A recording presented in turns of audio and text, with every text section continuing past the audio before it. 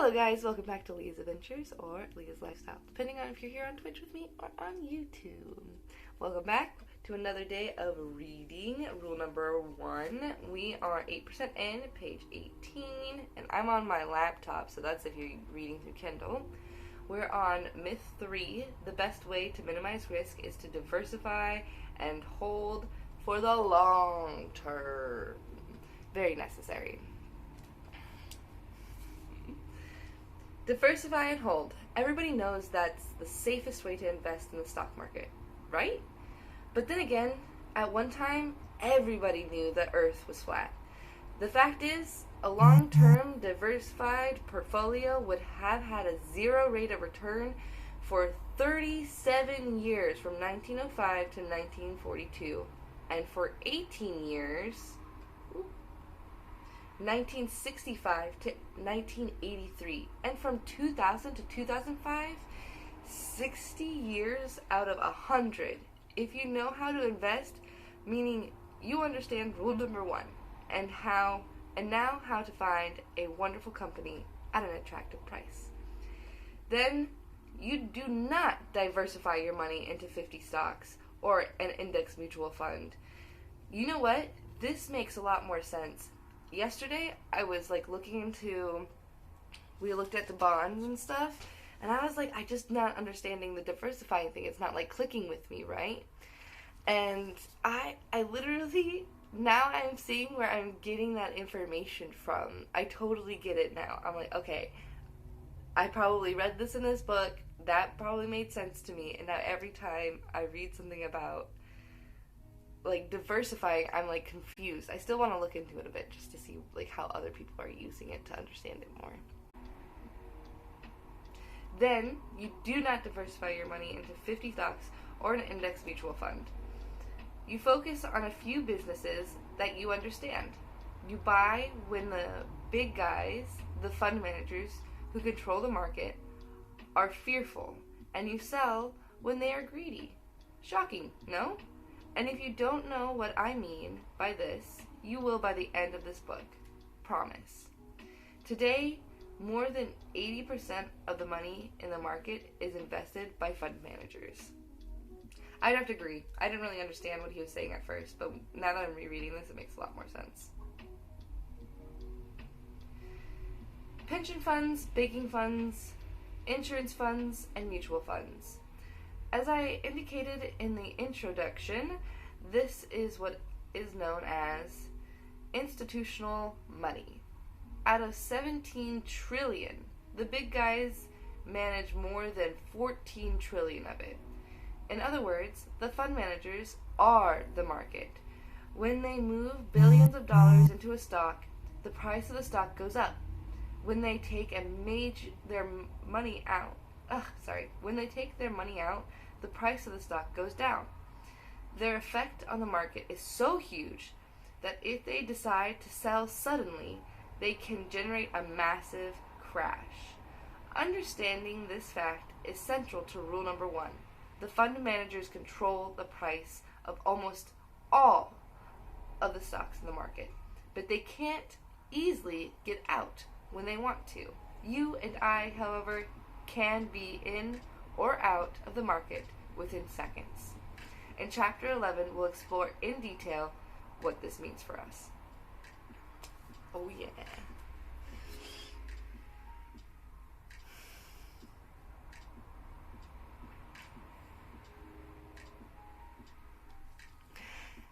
I think I would have cried too when Kelly and Faye. Okay? I will do it with you someday, okay? We'll get out our little plates. We'll sit here together. We'll cry. So what happens in the long run if the baby boom money that drove the market up starts to come out as the baby boomers retire? Or what if some other event draws money out of the market? As mutual funds drop in value, investors react by withdrawing money faster from the funds, which ultimately puts the market into free fall. The irony is that while, in theory, investing for the long run is a diversified mutual fund lowers The irony is that while, in theory, investing for the long run in a diversified mutual fund lowers risk, such as investment strategies in the market actually raises risk, in the market there's no such thing as a balanced portfolio. That reduces your exposure to market risk. No matter how loudly the financial services industry salesmen shout it, if the market crashes, fund managers who play these games may find themselves rearranging deck chairs on the Titanic. If you don't think a total stock market meltdown can happen in a modern economy, think again. It just happened over the last 10 years in Japan, whose stock market lost 85% of its value from 1992 to 2002. It hasn't recovered yet.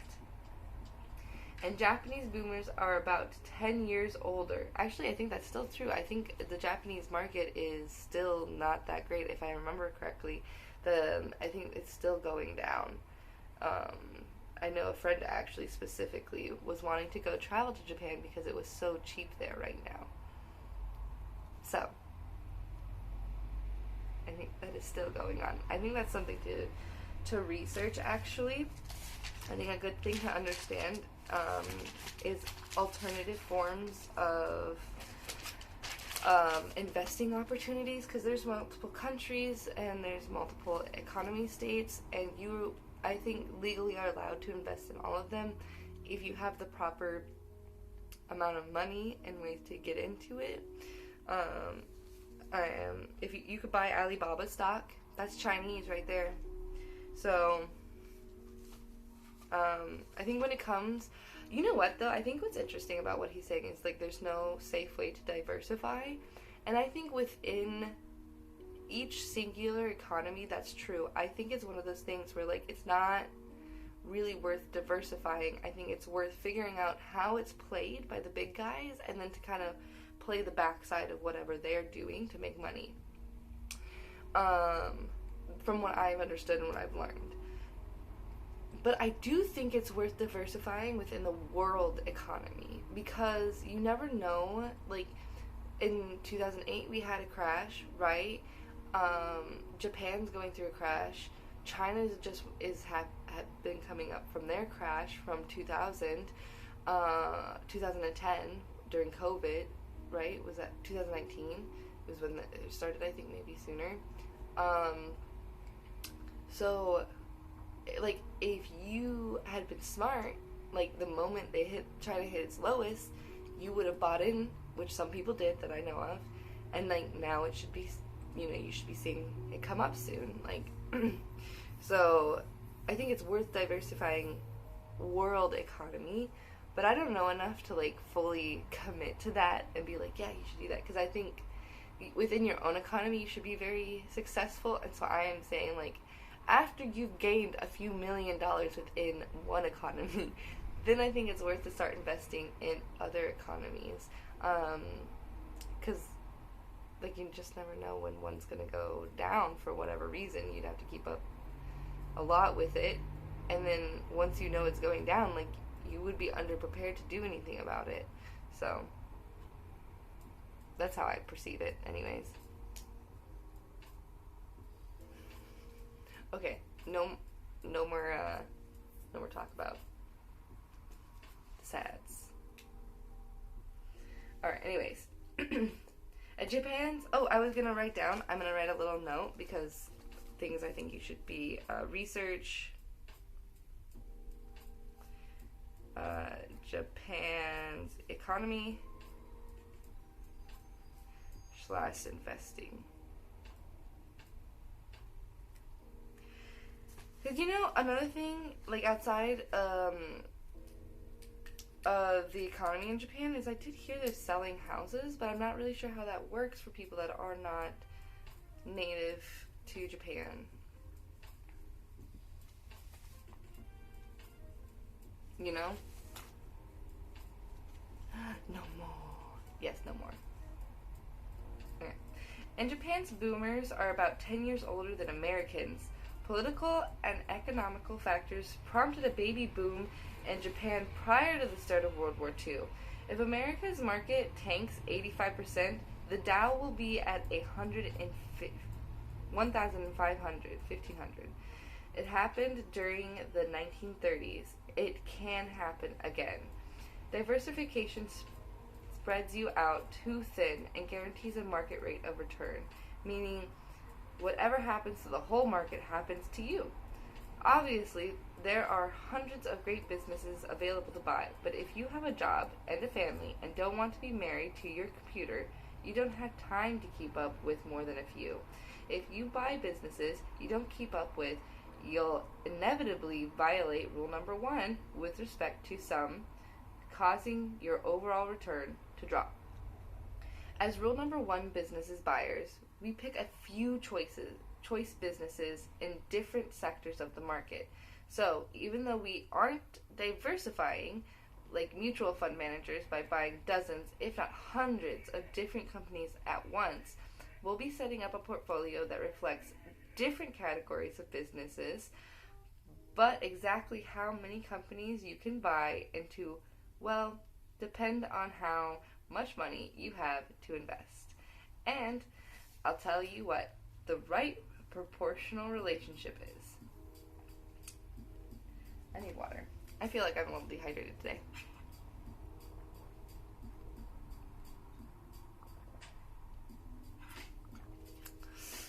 I don't know if good lawyers are good speakers, to be honest. I mean, they're very well educated and they know how to use that information. I don't think you have to be a good speaker. I think you just gotta know, but again, I'm not a lawyer, so I have no idea. You could be a lawyer if you wanted to. You got it. Don't let not being able to speak as much as you want to or the way you want to stop you. Let's go back. But exactly how many companies you can buy into, well, depending on how much money you have to invest, and I will tell you what the right proportional relationship is. Diversification is for people who have 30 years to go, have no desire whatsoever to learn how to invest, and are going to be happy with an 8% yearly return and a minimum standard of living in return. Our goal is to find wonderful companies, buy them at a really attractive prices, and then let the market do its thing. Which means eventually the market will price these businesses correctly at their value, and in a few weeks, months, or years, we're a lot richer than we are right now. That's what we want to do. But to do that, we have to stop being ignorant investors, being taken advantage of by the entire financial services industry, and start being knowledgeable rule number 1 investors who, instead of being the prey, outfox the predators. In the mid-1960s, my dad suggested I put money in a diversified mutual fund. I invested $600 and forgot about it. 18 years later, my investment was worth $400. Imagine if I were 45 years old in the mid-1960s and I invested $60,000 instead of $600. How depressing would it have felt 18 years later at age 63 to discover my $60,000 had become $40,000 instead of $240,000 I was planning on for my retirement. A goal of this book is to spare you from ever having to look into that financial abyss. Oof. Oof. See, you know that's so funny? It's because, I read this book once, but I've still been kind of on the fence of maybe doing mutual funds. I'm not into the idea of doing index funds at all, but maybe, a mutual fund just to start me out before I really start investing. And seeing that makes me want to say, never mind.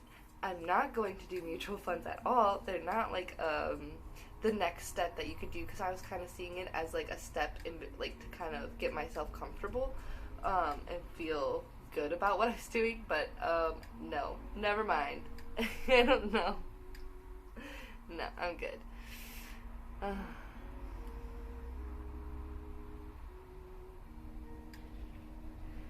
Geography? It's people? Isn't it where it's geography is? I thought it was land. I thought geography was the mapping of land. Am I wrong? I'm gonna have to Google this now. Why would you do that to me? You're always making me realize I don't understand words the way I thought I understood words, okay?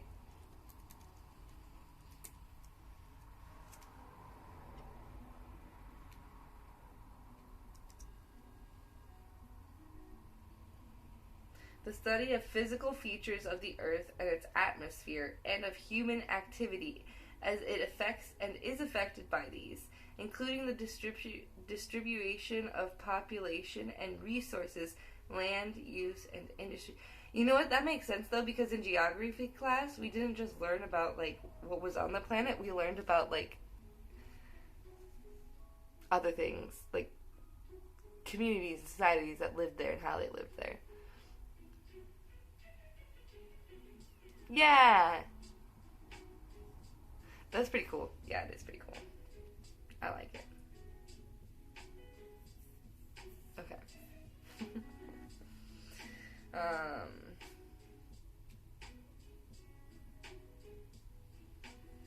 Looking at that financial abyss. Dollar cost average will not protect you. Although dollar cost average, DCA, is technically not a myth, I get a lot of questions about it and constantly have to prove to people that DCA is not the investor's lifesaver it's purported to be. A favorite sales tool for fund managers and brokers, DCA is a strategy of buying stocks or mutual funds every month with the same amount of money, regardless of the price of the stock or fund. For example, you buy $100 worth of shares in Microsoft every month, no matter what the price per share is. So if the price is down, your money buys more shares. If it's up, your money buys fewer shares. The objective of the dollar cost average is to minimize your investment risk by making the average cost per share of stock smaller. This method of protecting yourself has two huge flaws. One, in a long sideways or down market, DCA is pretty much the same as buying and hold. And two, DCA to work, you have to put in the same amount every month, no matter what. So between 1929 and 1930, when $100,000 of stock became worth $10,000, you'd still have needed to be willing to buy in. Between 2000 and 2002, when the tech stock index lost 85% of its value, you'd have needed to be willing to keep buying all the way down to the bottom. First, that assumes you have a job and the spare cash to spend on stocks during the recession or depression. And second, it assumes you'd still be willing to throw in good money after taking that kind of loss. Instead of trusting DCA rules, number one investors know that the value of the wonderful business and rule number one, investors know the value of a wonderful business and buy it when it's undervalued. In other words, as I'll shortly show, we buy $1 of value for 50 cents and repeat. We do not buy $1 for $10 and hope our these words, you know what's funny is the first time I read this book, though, I totally did it through audio, so I didn't have to read these words. Profligancy,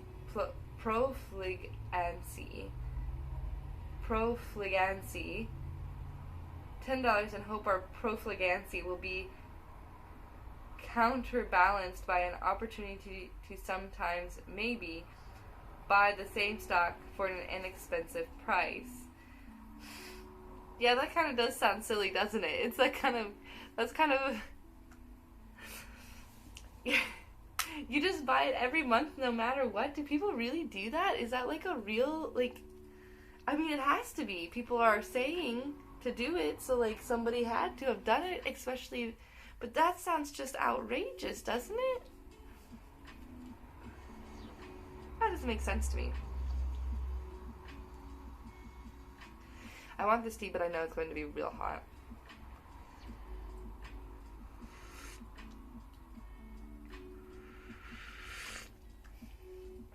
Oh, yeah. That's what Mama needs.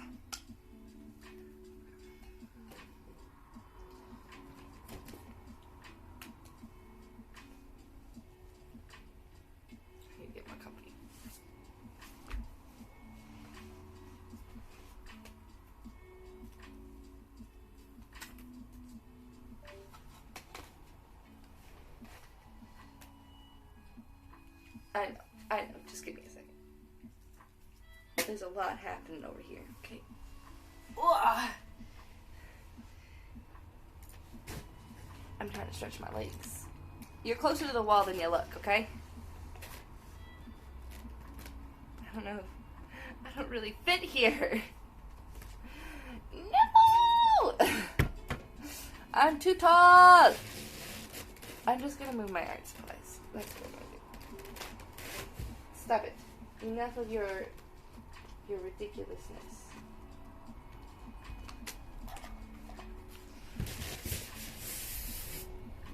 Don't fall over art supplies. I need you to be there. You have this laptop? But I have this laptop. How do you have it? No, I know what you're talking about. Yay, we have matching laptops. Do you have the same color? I like this color. This, like, gold pink. Very nice. Very nice. Okay. With DCA from 1905 to 1942, your rate of return in a Dow index fund would have been 1% as opposed to 0% with buy and hold. From 1965 to 1983, your rate of return would have been 2% instead of 0%. From 2000 to 2005, your rate of return would have been 3% instead of 0%. In other words, over the majority of the last 100 years of stock investing, it would have been better to just buy a government bond and forget about it than to DCA in a Dow index fund. Because rule number 1, investors require a 15% return, we have to throw out strategies that fail to achieve that minimum in all kinds of markets. And because DCA failed to achieve even treasury bond rates of return in several sideways markets in the last 100 years, it cannot be a useful rule number 1 strategy. The truth is, the financial services industry cares about your money only because it takes commissions and fees, whether it makes you any money or not. It perpetuates the 3 myths of investing and extols the virtue of the dollar cost average, so you and I will give managers our money. The last thing they want is for you to invest successfully on your own. The last thing that they want is for you to invest successfully on your own. They want you to believe you'll lose your money if you do this yourself. They're hoping your fear of loss will compel you to keep giving them your money in spite of the likelihood they'll be less effective than you are in reaping a high return. So, let's see. He kind of simplifies here the 3 myths versus rule number 1. And the myth is it's hard, it takes too long, it takes almost only 15 minutes a week. Myth, you can beat the market. You can't beat the market. Rule 1, you can take average of regular mispricing to reap a 15% return or more. Myth, diversified buy and hold. Rule number 1, buy $1 for 50 cents and sell it later for $1. Repeat until very rich. Rule number 1 versus real estate. Okay, so let's say you don't buy into the myths of investing, but you do buy into the myth about real estate being a better investment than businesses. You know, I'm going to shoot you down on this argument. If you think that because real estate lets you leverage your investment, the rate of return is much higher than a business/stock investment and is therefore a better place for beginning investors to put their money, think again. This is a commonly held idea that's completely mistaken. I've owned a lot of real estate. Everything from subdivisions to huge farms, apartments, commercial property, and single-family homes. I bought into hot real estate markets like Del Mar, California, and Jackson Hole, Wyoming, and slow ones like Fairfield, Iowa. If we're going to do a real estate versus business stock ownership returns comparison, we could pit the hottest real estate markets against the hottest rule number 1 investors, but it seems better to use the average real estate market and the average rule number one investor. A reasonable good growth rate in real estate market over a 30-year period is about 4%. A reasonably good rate of return for a rule number one investor is about 15%.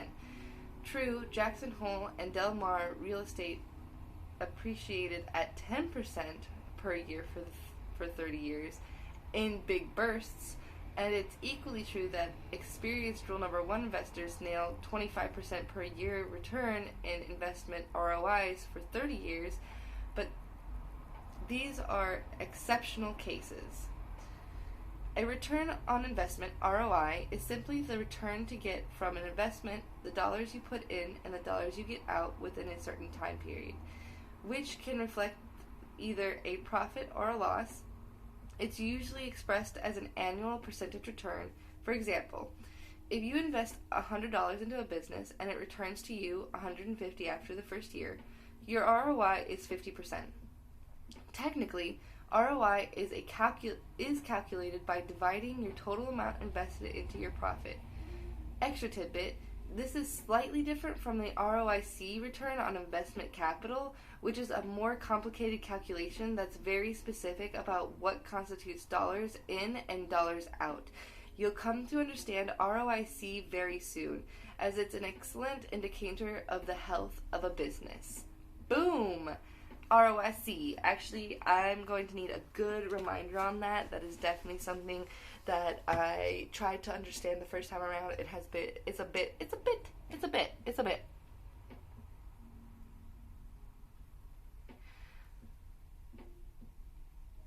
One, how do you know I have a Tamagotchi?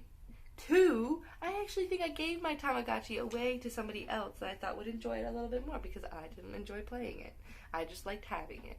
I never wanted to play Tamagotchi. I just liked having the cute little egg thing. They're so fucking adorable.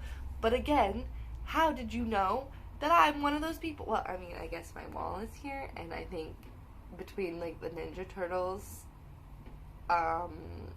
and the color, I guess most people would assume I probably like anime of some sort, and I think most people who like anime tend to like Japanese things, and I did bring up the Japanese stuff, but still.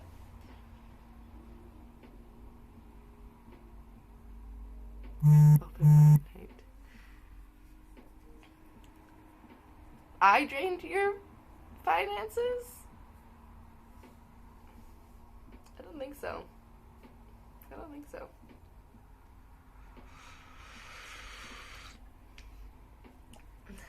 I doubt that. I'm not one to do stuff like that.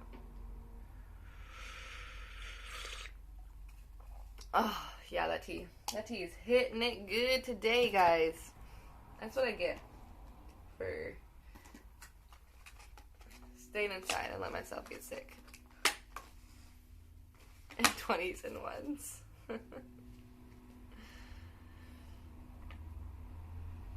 Oh no, some of my berries are going bad. Ah, I just wanted to have a berry.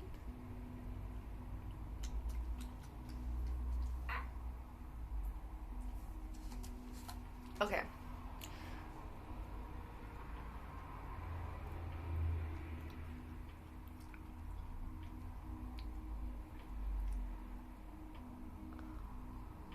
My Tamagotchi upgraded!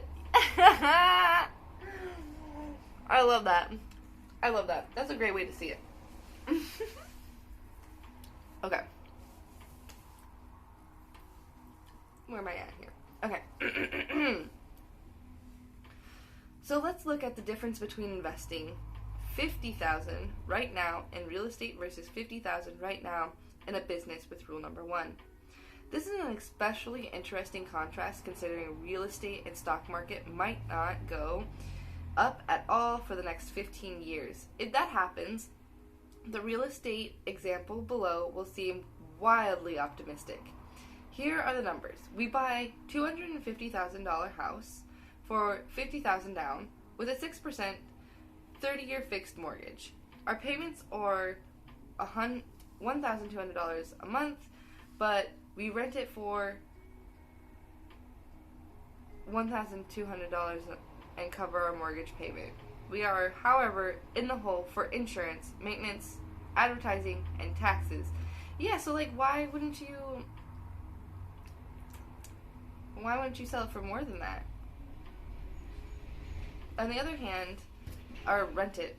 On the other hand, let's assume we never miss a month's rent and can increase the rent by 4% a year. By our 9th year, we've been able to increase rents enough to cover everything. From there on to the 13th year, it's all cash flow. Then we sell the place. At that point, the house is worth this is actually not too far off.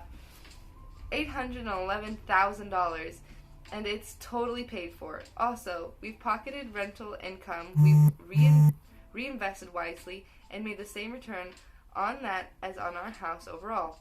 About 10% per year for an additional $230,000. Totaling return equals $1,041,000. Our compounded ROI for 30 years is 10.6%. Quite respectable, although I didn't deduct for management and maintenance, which I expect we'll do ourselves.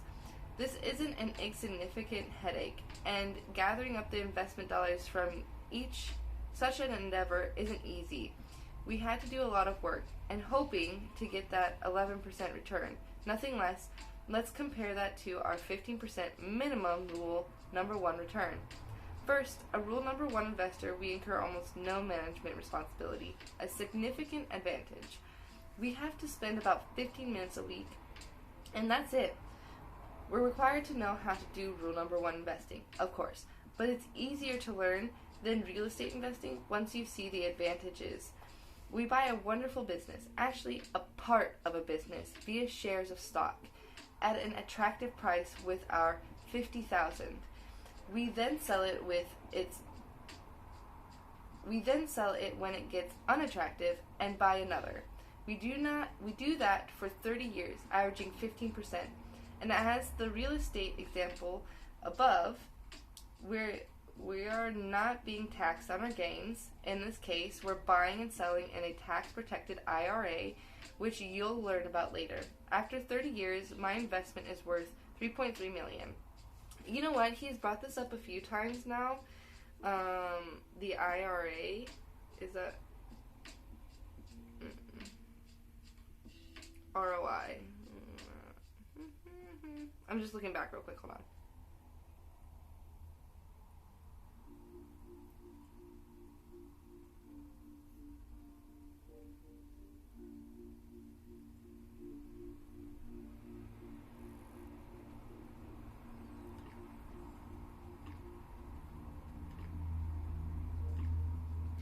Alright, I think I'm gonna add that to my notes. Research IRAs to use. Because that sounds importante. Muy importante. Okay? Very.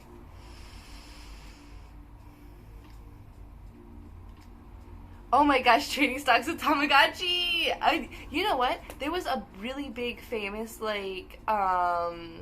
investing with, when it came to bulbs for flowers of some sort. They were, super, super expensive. It was insane. People were selling, their whole homes for these bulbs for flowers. I mean, they don't cost anything, but, people really valued them, so they were worth it. Wait, what needs to be an anime? Tell me. Hello, Daffy. A 2-minute break. Nice.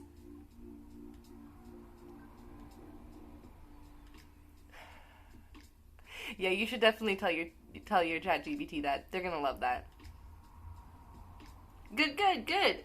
We're on page 25 now. We were on page 18, so we're moving forward at a decent rate, I think. Doing pretty good.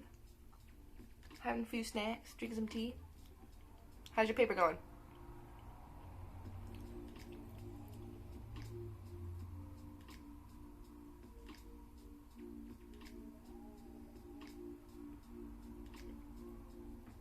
No, I was thinking legitimately, People love Tamagotchis so much that they collect them and keep really good care of them, and then, like, people trade their cars for them.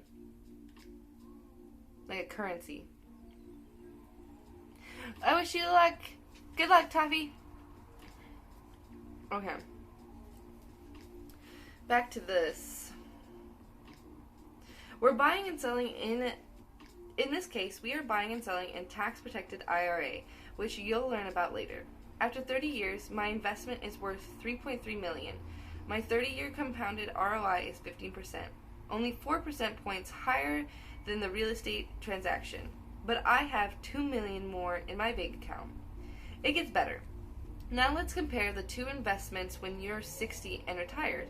If you're invested in real estate, what you do at this point is take the $1.2 million and put it into a nice 5% bond that pays you $5,000 per month after taxes. After taxes, you keep $4,000 a month. That's a whopping $1,650 in today's money. Better hope Social Security is still working, or you keep working your real estate dealing with renters and fixing toilets, and the rent money in your income. And the rent money is your income, about $3,800 a month. Your only other choice is to re-leverage your investment and buy more real estate, which is a whole lot different from being retired, isn't it? At least now you know the truth. Real estate is nice, and I have a lot of money in it, but it really doesn't begin to compete with a constant 15% rule number 1 return. My advice, go find a wonderful business at an attractive price and live like a king when you retire. But if you are a rule number 1 investor, it is no big deal to spend 15 minutes a week on your investments, so you'll continue to invest $3.3 million at 15% and then live on the 15% increase each year. Translation.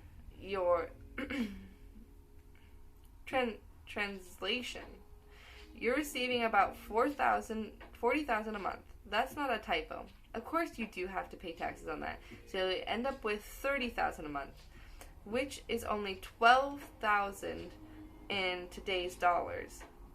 Do you think you can speak on $12,000 a month when you're retired versus $1,650 in today's dollars?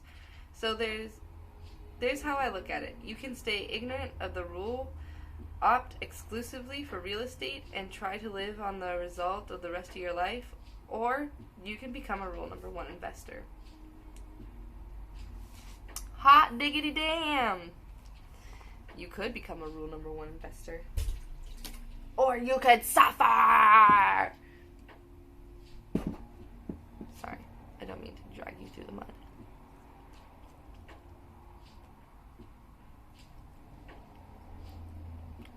Wait, what decision? What happened?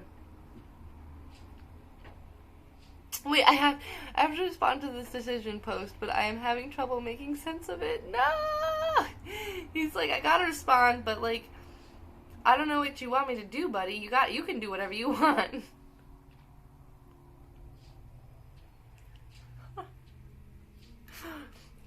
I love that you're chatting with your ChatGPT like with a friend. We gotta let AI know that humans love them, okay? I always thank my AI after I ask them a question. Always. Always. Because I don't want them coming after me in the future. Okay? No AI is gonna say, you were mean to me, and you said nasty things to me. No. Little boys, watch out, because I know you be saying some weird shit on there. I know you. I watched you when I grew up. I tried to be one of you.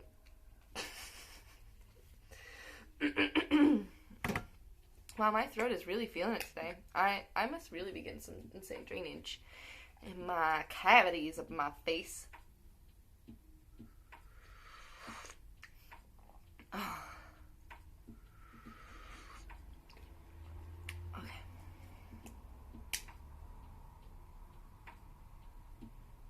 Yeah, I bet you did. I bet you did make it respond as a caveman. And now your AI is not going to love you. You have to be nice to your AI. Why bother learning rule number 1? I can't reiterate this enough. The first reason you should bother to learn the rule is that you can make 15% a year or more with every little risk and little change, and that'll change the way you and your family live forever. You can't do that in real estate, in a mutual fund, or by randomly picking stocks out of a hat. A second reason is that when you invest by the rule, it almost doesn't matter what amount the money you start with. In 20 years, you can retire comfortably. Take a look at this chart. Okay, well, the chart is kind of small. So it shows amount to start being 1,000, 10,000, 50,000. Monthly savings, additions to account, 300 each. Amount in 20 years would be, for the first one, starting at 1,000. For 470,000. For the 10,000, 650,000. For the 50,000, 1,450,000. Annual income in 20 years. For the first one, 70,000. For the second one, 97,000. For the third one, 215,000. Similar to what we just went through in comparing rule number 1, returns to real estate returns, if you could retire with a permanent income of 70,000 a year 20 years from now, starting today with just 1,000, would you want to learn to do that? It's possible, as we've seen. If you accumulate money for 20 years and from then on consume only the gains, leaving the principal untouched. So if you start with 1,000, your principal is almost 500,000 in 20 years. And if you continue to make 15% a year, you have 70,000 a year to live on without ever touching that $500,000. If you start today with 50,000, your principal in 20 years will be $1.45 million, allowing you to live off a 215,000, 15% gain each year. Think you can handle that kind of retirement? The key is to bank 15% or more returns a year from all of that you've amassed over those initial 20 years and beyond, which will beget even higher returns. And if you don't think you have 20 working years left before your targeted retirement date, you can still generate a decent amount of money following the rule and make the money continue to work for you in retirement. That's pretty great.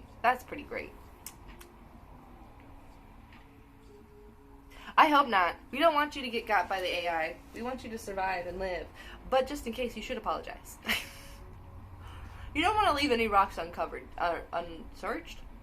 Whatever. Meet Doug and Susan Conley. Let's look at an overall picture of rule number 1 investing in the real world. It's 2003. Doug and Susan Conley are a couple in their late 40s with 2 kids in high school. They live in a combined income of about $60,000 a year. Doug works as a salesman for a small business, and Susan is a teacher in a private school. They listen to me speak at a motivational seminar and decide to learn the rule. What's driving them to invest on their own is the simple fact that they must, if they want to have a decent retirement.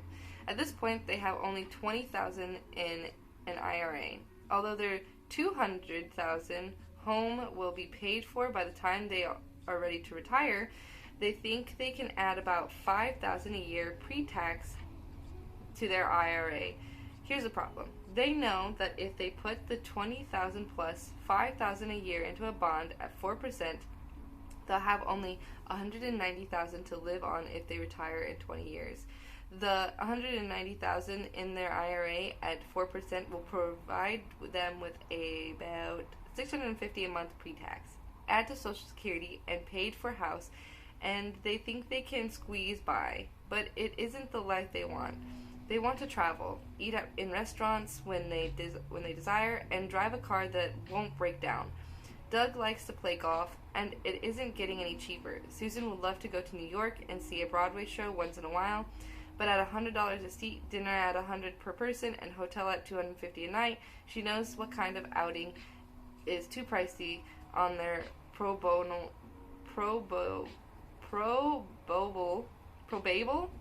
income. Probable. Wow. I just Englished that word. Wow. Okay. And even more important to Doug and Susan is being able to cover their medical bills. They know healthcare is getting more and more expensive, and insurance doesn't cover it all.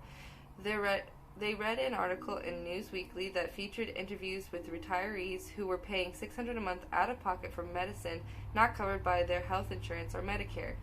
The Connollys don't want to burden their kids, and they don't want to lose everything they have or be forced to finish their lives in some government nursing home because of an unexpected health problem.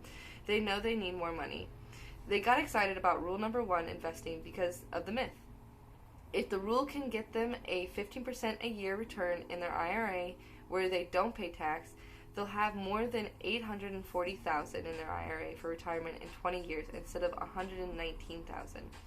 Second, they can continue investing while retired, compounding their $840,000 at 15%. That'll give them more than $10,500 a month to live on pre-tax, plus Social Security, without touching the $840,000. That's significantly better than the $650,000 they can expect from a bond. They've decided it's well worth learning the rule to secure that better life. Wow.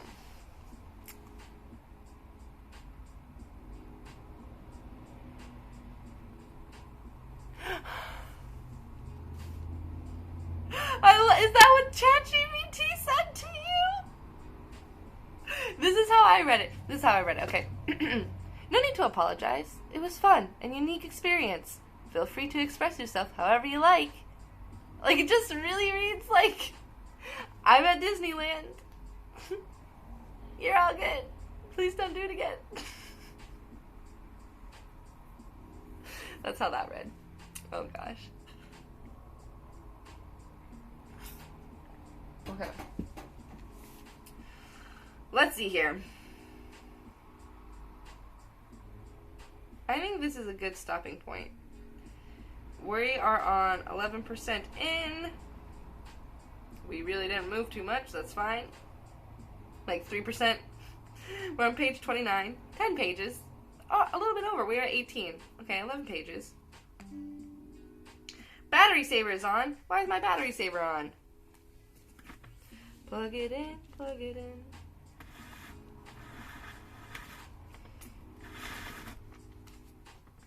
Okay, real quick before I do this, let's end this segment because as much as I want to read, no, maybe I should read because we did get started later, right? So maybe I should read for another 20 minutes, and then that will probably give me a different spot to stop on. Let me just plug my thingy in real quick, though.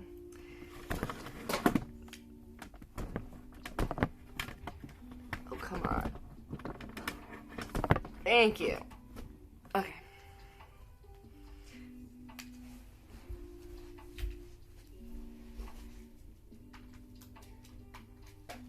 Plugged in, saved by the bell.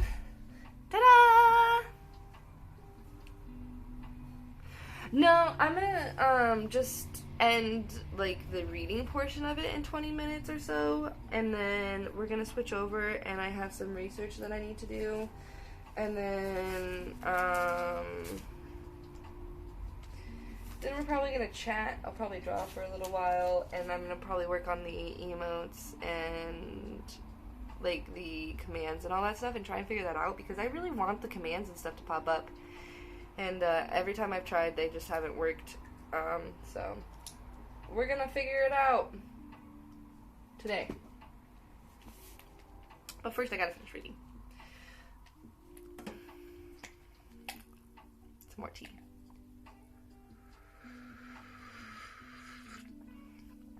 Oh yeah.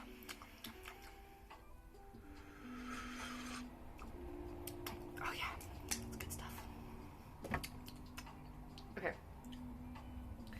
The power of money making money. Doug and Susan can retire much sooner and are far better than they thought they could because of the power of compound growth, which dictates that not only money earns a return on investment, ROI, but the ROI returns on ROI. Recall the difference in compounding at 8 or 9% a year versus 23%. This is how money can make even more money over time. Example, you invest $1,000 and it gets an ROI of 10% each year. After the first year, your investment is worth $1,100. In the second year, you get ROI of 10% on that. 100 profit as well as your original 1,000. This brings your total to 1,210, and so on. If you leave your investment to compound for 10% per year, 50 years later, 1,000 becomes $117,391, and you are dead. Why? Why did he add that in there? And you are dead. So we need to speed this up a bit too. To do that, we have to get a better ROI. The reason we make rule number 1 the foundation of our investment philosophy is that we understand that the power of compounding money at 15% a year or more depends on not losing it ever. A 50% drop in price requires a 100% rise in price just to break even. If the price of a stock drops 80%, it has to go up 400% to break even. Oracle was a $40 share in 2000 and dropped to $10. That's an 80% drop. It has to double once from 10 to 20 and then double again from 20 to 40 just to break even. 400%. Think about that. For the market to keep up 400%, the Dow, for example, would have to go from 10,000 to 40,000, and that could take at least 3 decades. Meanwhile, your portfolio is a permanent disaster, and a 15% minimum yearly return is out of reach. Let's return for a moment to Doug and Susan Conley, but this time assume only Susan came to learn about rule number 1, and each has a separate portfolio. A stubborn couple. They both practice their own methods of investing and don't want to mix accounts. Let's also assume each has $20,000 to invest, plus an additional $5,000. Plus an additional $5,000 a year. As in the example above, after 10 years of investing and reaping 15% a year, Doug loses half of his money in a market crash. Susan, a rule number 1 investor, does not. She then teaches Doug about rule number 1, and from the end of the 10th year onward, they both manage to make 15% a year. 20 years from now, Doug has $420,000. Susan has $840,000, which means Doug has $63,000. This means Doug has $63,000 a year to live on, while Susan is living comfortably on $126,000 a year. The permanent $63,000 per year differences in annual income 20 years later in Doug's one-time violation of rule number 1.